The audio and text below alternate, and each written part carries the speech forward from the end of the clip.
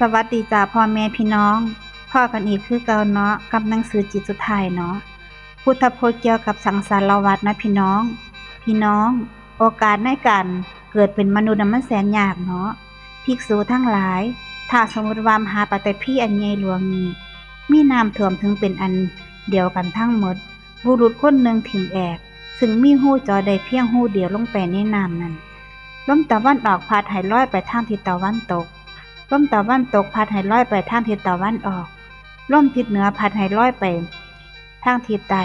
แล้วลมทิศใต้พัดให้ลอยไปทางทิศเหนืออยู่แบบนี้ในน้ำมันมีเต่าอยู่ตัวหนึ่งตาบอดลงไป100 ปี มันสิฟูขึ้นมาเทียหนึ่งภิกษุทั้งหลายเธอทั้งหลายสิสำคัญความขอนี้ว่าแบบใดเนาะสิเป็นไปได้บ่ที่เต่าตาบอด100 ปีจึงสิฟูขึ้นมาอีกจักเทียหนึ่งนั่นนะจึงสิพึ่งยืนข้อเข้าไปในหู้ซึ่งมีอยู่เพียงหู้เดียวในแอกนั่นเนาะข้อนี้ยากที่สิเป็นไปได้พระเจ้าค่ะที่เต่าตาบอดนั้น100 ปีฟูขึ้นมาเพียงเทียเดียวแต่เพิ่งสิยืนข้อเข้าไปในหู้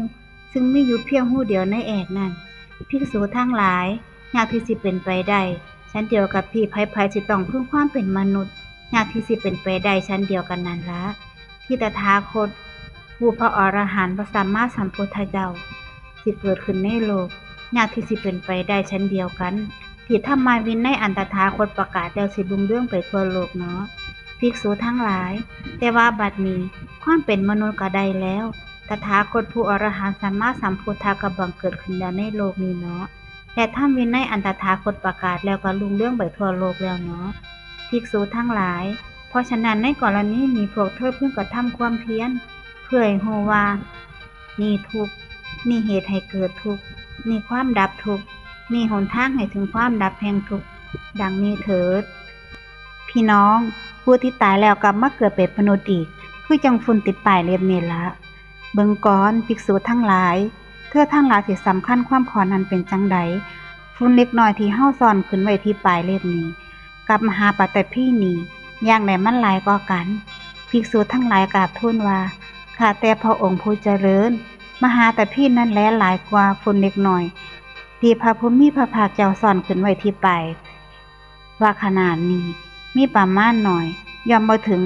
แม่ซึ่งการนับย่อมบ่ถึงแม่ซึ่งการเทียบเคียงย่อมบ่ถึงแม่ซึ่ง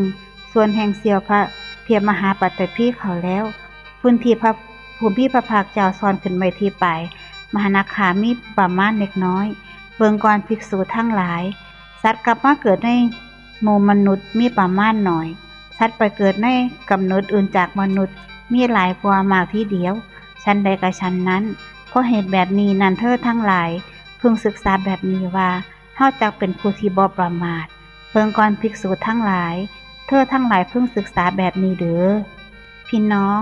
วิธีการจูงจิตโดยธรรมเนาะสมัยหนึ่งพระผู้มีพระภาคเจ้าประทับอยู่ณพระวิหารเวฬุวันกสมัยนั้นที่ข้าพระอุบาสกป่วยได้รับทุกข์เป็นไข้หลายได้เชิญคหบดีสุโชติยะผู้เป็นบิดามาสั่งว่าข้าแต่บิดาขอท่านจงไปเฝ้าพระผู้มีพระภาคเจ้าและถวายบังคมพระบาททั้งสองของพระผู้มีพระภาคเจ้าโดยเสียงเก่า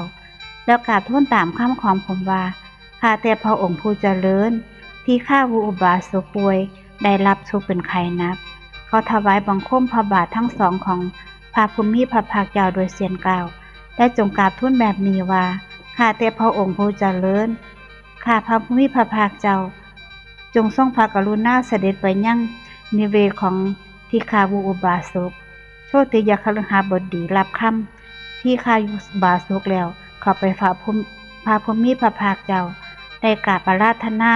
พระองค์ทรงรับโดยดุษฎียภาพตามนั้นพระผู้มีพระภาคเจ้าทรงนุงแล้วทรงถือบาตรและจีวรเสด็จเข้าไปยังนิเวศของที่ข้าพระอุบาสกประทับนั่งเทิงอาสนะที่เขาปูราดไว้ให้เราตัดถามที่ข้าพระอุบาสกว่าเบิ่งก่อนที่ข้าพระอุบาสกท่านพ่อสิอดทนได้หรือบ่เพราะยังอัตภาพให้เป็นไปได้แล้วบ่เนาะทุกขเวทนาทุเลาลงแน่บ่กำเริบขึ้นแน่แม่นบ่ความทุเลาย่อมปรากฏความกำเริบบ่ปรากฏแด่แม่นบ่